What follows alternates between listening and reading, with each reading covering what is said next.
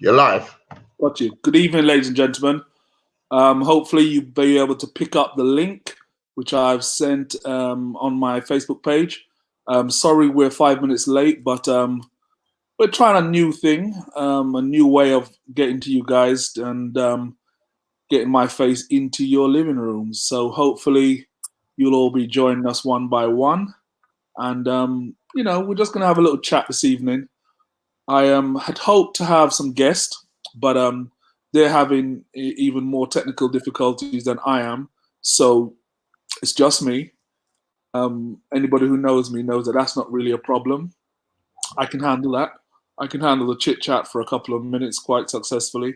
So I'm just hoping you all join. And if you've joined, let me know. Just drop a quick comment somewhere, and hopefully I'll pick it up and I'll be able to see that people have joined. Um, I can't currently see much on the live feed, but let's see how we go and let's hear what we've got to say. Look, guys, we are now well into the second week of our social isolation. And I'm certainly trying to observe it properly and do my bit. And I'm hoping that most of you are doing the same.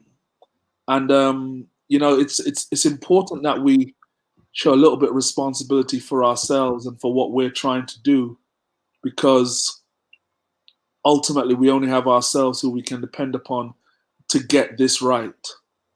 It's an individual thing that has a collective output.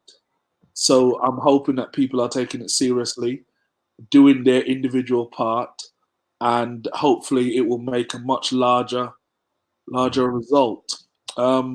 Look, boy, I never could have imagined that we'd be having these sort of conversations at this time. It was always, we I guess we made provisions for all sorts of things, but I could never have imagined, and I'm sure it's the same for most of you. We could never really have imagined that this is how we'd be spending days, weeks, and who knows, maybe even months. But you know what? It is where it is. And as I like to say, we are going to get through it. That is inevitable. That's a must. We will come out the other side. And it's really down to us. And I know it may sound cliche, but it's down to us to make the very best of it. Um, I still not had any confirmation that anybody's hearing what I'm saying, so I need someone to say hi on the chat. Oh no, Sasha has just let me know. Sasha's a yard man, so thanks, Sasha. Other people chipping in now, so that's all good. Yeah. So what? Why have I, decided to do this third Facebook Live? The idea of the Facebook Live is, as I said at the very beginning, we're going to try and balance out some of the very negative vibes that are really flourishing in this environment.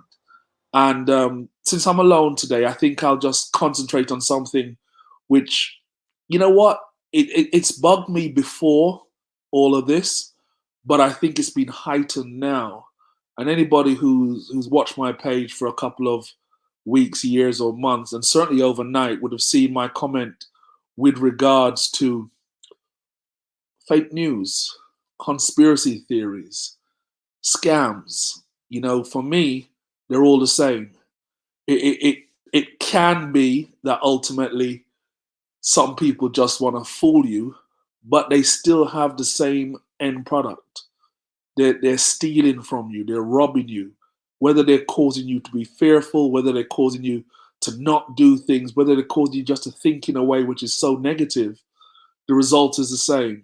And as one person said, coronavirus hasn't slowed down the scammers. And I really have to say to you guys, be so careful. There are so many little scams that are popping up, and they are harder and harder and harder to detect. But there are things that you can do to help yourself.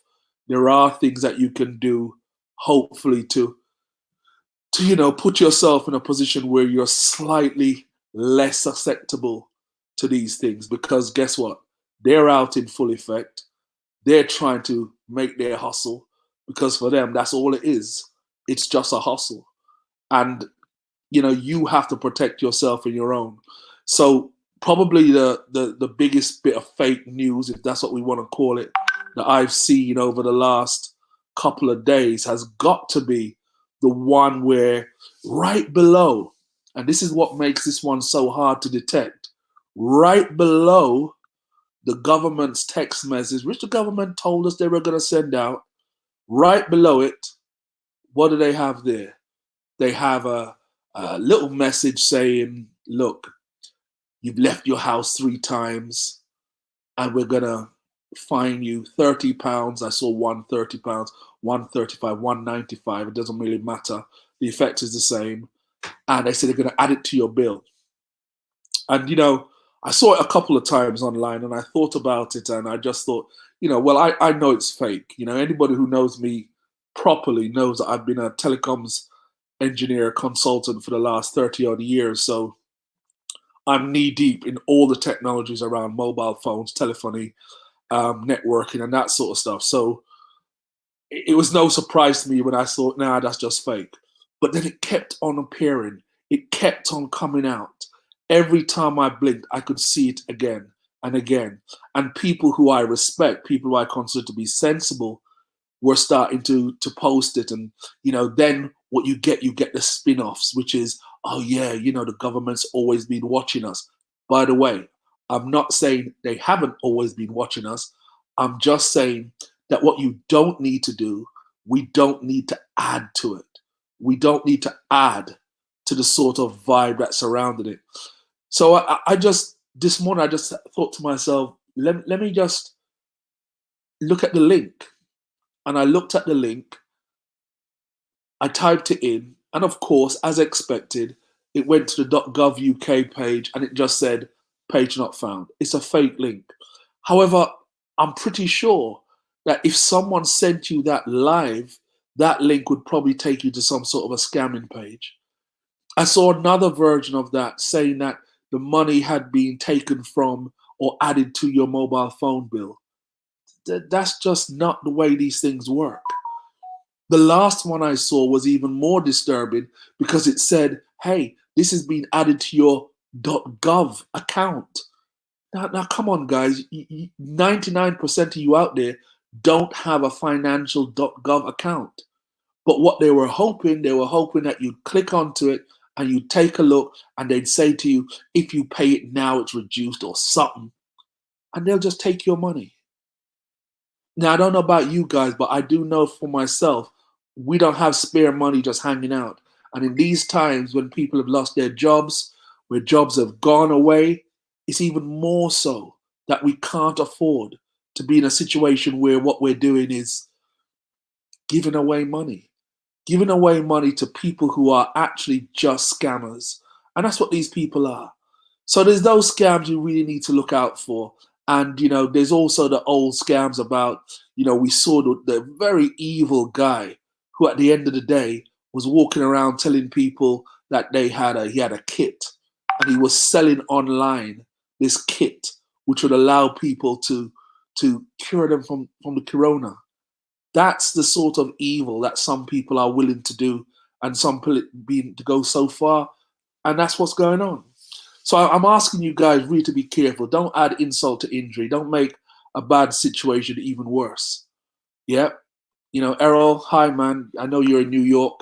Mrs. Donna, as we call it, Mr. Donna. It's nice to hear from you, guy. But we just have to be sensible. We have to be sensible. Don't let your prejudices and your biases and your anti-government establishment mentalities, which I have as well, but don't let them override common sense. Don't put yourself in a situation where you're starting to believe everything that you read. And just one final word on this topic.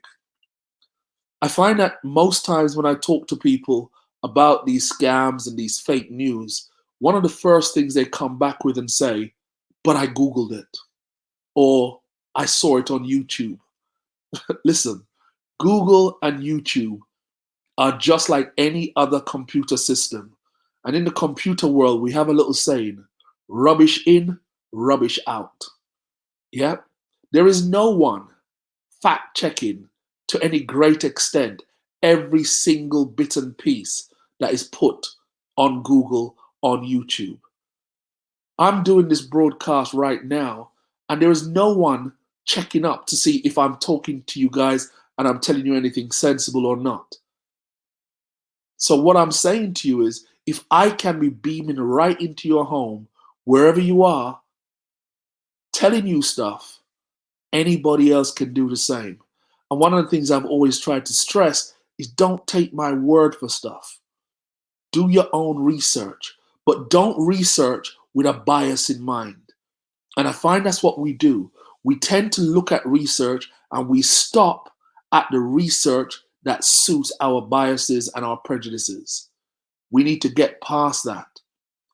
Don't type in 5G causes cancer and expect to see an article that says actually it doesn't. If you type in 5G causes cancer, that's what you're going to get.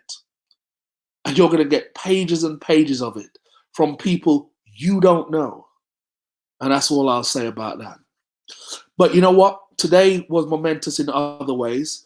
For many, many, many, many years, I was among the ranks of the self-employed, and I continue to run my own business. So I've been sitting down like so many other people, watching and waiting for the chancellor to say something about what he would do for the self-employed. And you know what? I want to make a big point about this because the reality of the matter is a lot of people who are self-employed have done so because of encouragement from successive governments who are saying, you know what, do for yourself, be enterprising, get up and go out there. And, the small businessman is the driving force of the economy. Yeah. Yeah. And so, it was funny that, first of all, the self-employed were more or less the last to be addressed. And I know a number of my self-employed friends felt a little bit put out that they had been encouraged down this path to be entrepreneurs and to be business people. And here they were strung out in a crisis.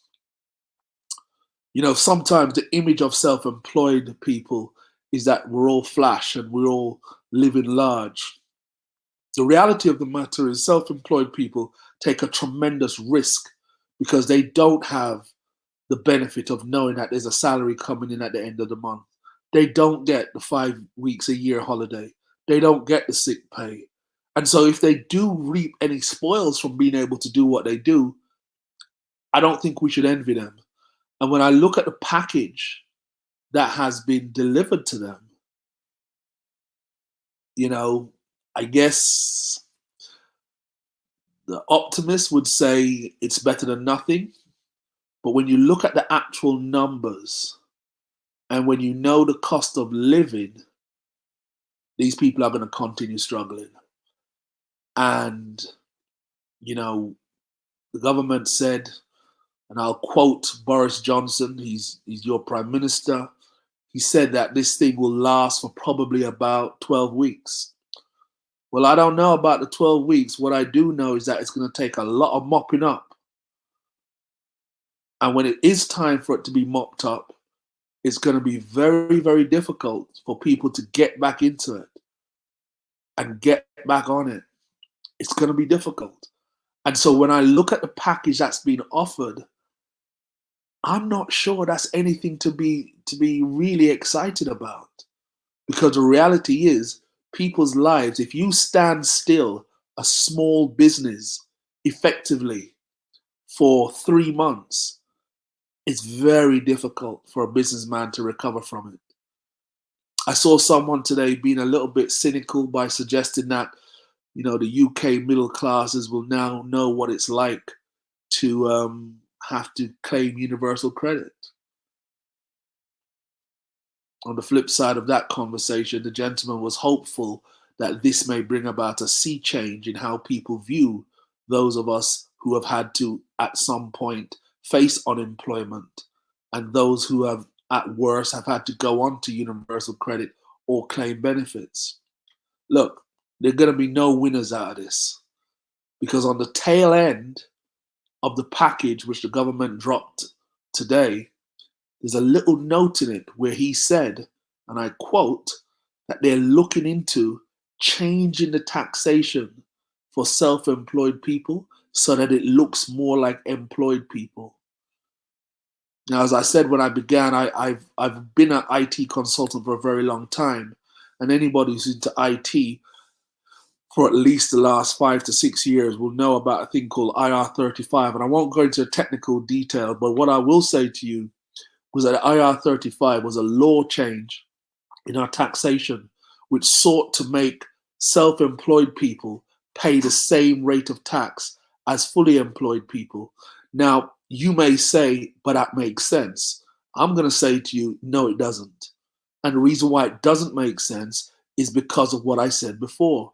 Self-employed people take a lot of risk that employed people don't take. We don't have a salary that's coming in every single month guaranteed. We do not get paid sick leave.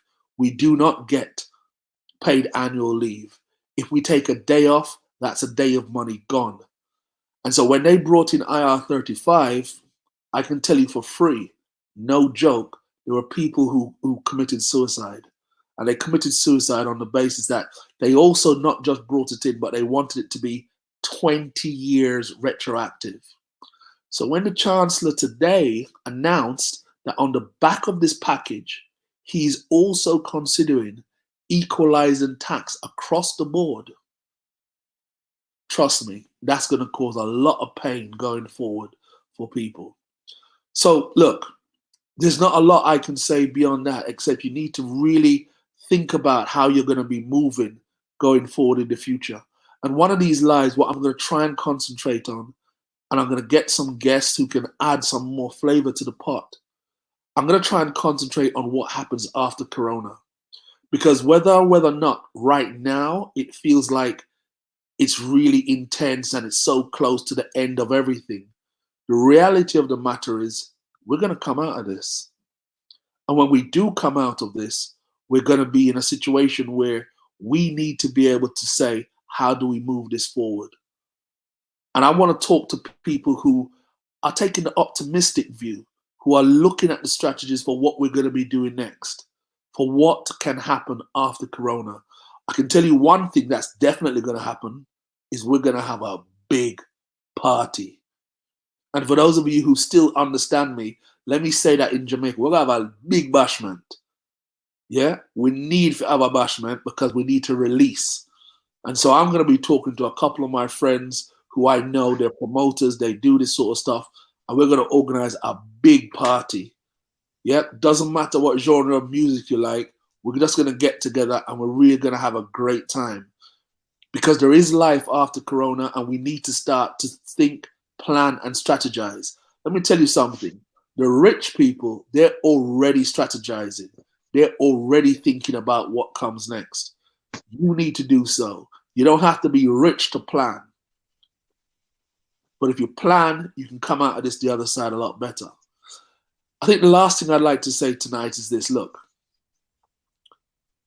I can hear the saying coming out more and more. And I think the politicians of the day they're almost grinning when they say it. And they're saying, we're all in this together.